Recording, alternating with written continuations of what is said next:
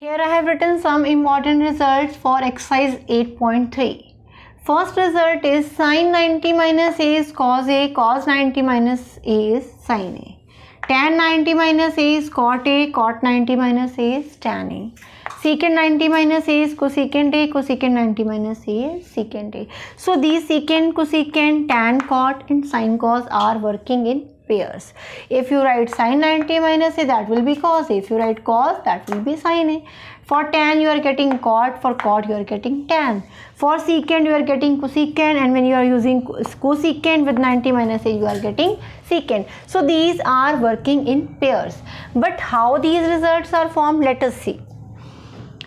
As you know, in trigonometric ratios you are using right angled triangle and other two angles are acute. These are not more than 90.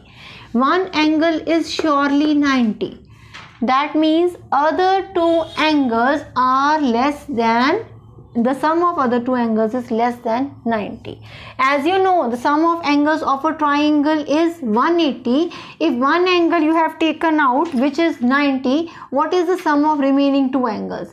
Remaining two angles, that means a plus b will also be 90 because sum of all angles is 180. 1 is gone.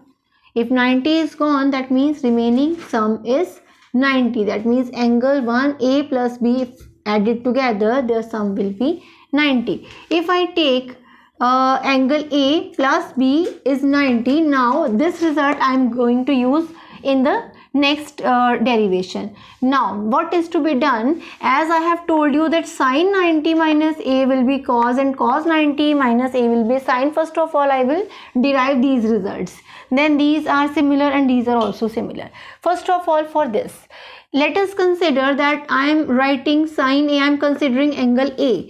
If I am considering angle A, then in that case, what will be value of sin A? Sin A will be perpendicular by base, and perpendicular is a line which is just opposite to this angle A. That means BC, and hypotenuse is this BA. That means sin A is having value perpendicular over hypotenuse, means BC by AB. Okay, I have written for sin A. Now if I am writing for sin A, I have written, if I am writing for cos A now.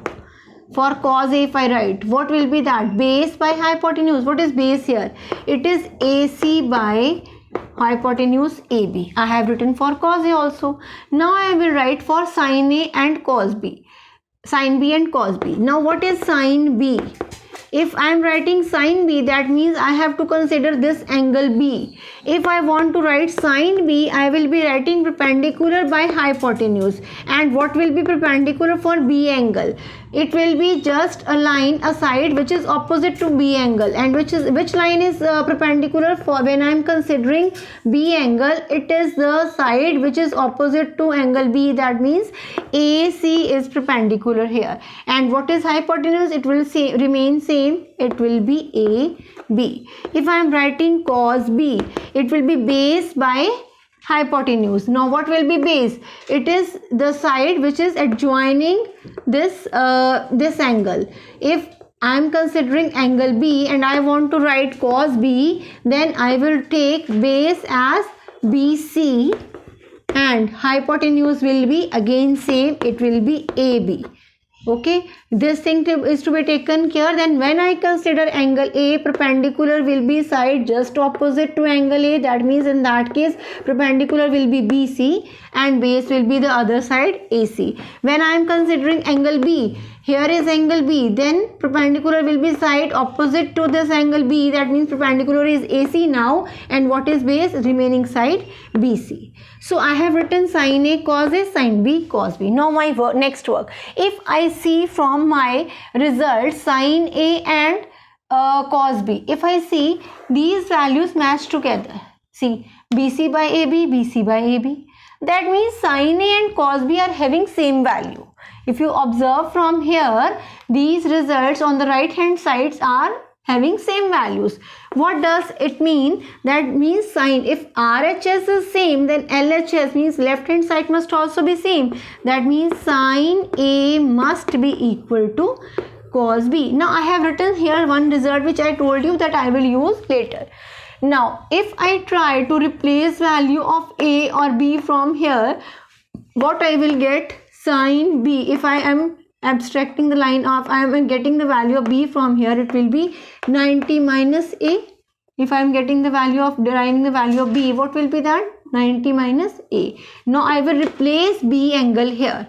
Sin A is equal to cos B is 90 minus A now. I have replaced the value. See what I have got. Sin A is cos 90 minus A. So I have completed this. My second derivation is completed. Now what about first? I have compared these two results, result 4 and result 1. Now if I compare second and third, see AC by AB, AC by AB, these two again right hand sides are equal. If right hand sides are equal, then again left hand sides must also be equal. If left hand sides are equal, that means cos A is having value same as sin B. Okay, if cos A is having same value as sin B and I am writing all my results in A angle, then I am again replacing this B angle value. What is angle B? That is 90 minus A. So I will again replace this B with 90 minus A, as I know A plus B is 90 because C angle is already 90. So sum of other two is 90. So I have replaced this B angle by 90 minus A. So what result I have got? Cos A is sin 90 minus A. Cos A is sin 90 minus A. So first result is also derived. Similarly, we can derive these results. Here I can write perpendicular by base, then I will get the value of tan A, and for this I will write base by perpendicular. Here like I have written perpendicular and hypotenuse. Same way I can write for tan A and cot A, and I will come to know that tan A 90 minus A is having same value as cot A, and cot 90 minus A will be having same value as tan A. Same way I can write secant A and cosecant A values. Okay, like this I have done these 4 steps I have done to derive these two results. And what I have observed, that first and fourth result, right hand sides matches. If right hand sides matches, then left hand side must also be equal. I have compared left hand sides, and as I am not writing B angle anywhere here, so I will replace the value of B, which is 90 minus A. I will get my result. Same way, when I compare second and third part, what I get with RHS are same, that means LHS must also be same. When I am comparing LHS, what I get, that this B angle I don't need, as I am dealing with only angle A. So I will replace the value of B with 90 minus A, and what do I get? That cos A is sin 90 minus A. Cos A is sin 90 minus A. So you have to just remember, you don't need to derive. I have just explained this so that there is no confusion. Why sin 90 minus A is cos A, why cos 90 minus A is sin A. You have to just run these things like sin 90 minus A, if you write, that is cos A, and when you write for cos 90 minus A, that will be sin A. That means sin and cos work together. Okay, same way tan and cot work together. If you write for tan 90 minus A, that will be cot A.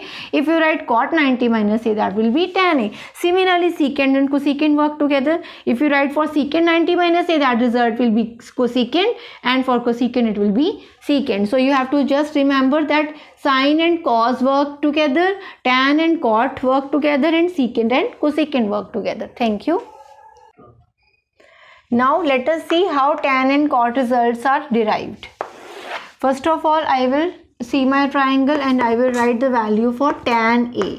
As you know, it is perpendicular by base. Now if I am considering angle A, what is perpendicular in that case? It is a side which is opposite to angle A, which that means BC by AC. Okay, and if I am writing cot A,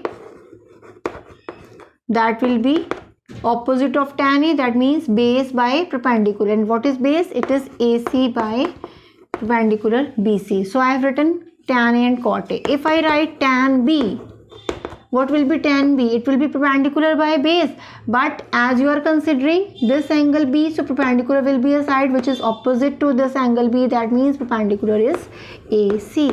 And what will be base in that? Where B is lying, that line means B C. And what will be value of cot B? It will be just opposite of tan B. You can replace from here or you can check from here. Base by perpendicular. Base is BC and perpendicular is AC. Now if again I see my values, BC and AC are having same values. So I will compare first result and fourth result. First and fourth, if I compare, I see that RHS are same. If RHS are same, that means left hand sides must also be same. That means tan A must be equal to cot B because RHS are same. Now I don't need B because I am dealing with only angle A. So I will replace the value of B here, which is 90 minus A. If I will replace, it will be cot 90 minus A, and on this side we have tan A. See here, tan A cot 90 minus A, tan A cot 90 minus A. I have got my this fourth result. Now what about this result? When I will compare these two values, if I see my second and third result, ACBC, ACBC, that means here again RHS are same. If RHS are same, then LHS must also be same. That means cot A is equal to tan B. Cot A is equal to tan B. Now again I don't need B, so I will replace it by 90 minus A as it is written here. So it is tan 90 minus A cot A. What I have got? Cot A is tan 90 minus A. Cot A tan 90 minus A. I have got my third result.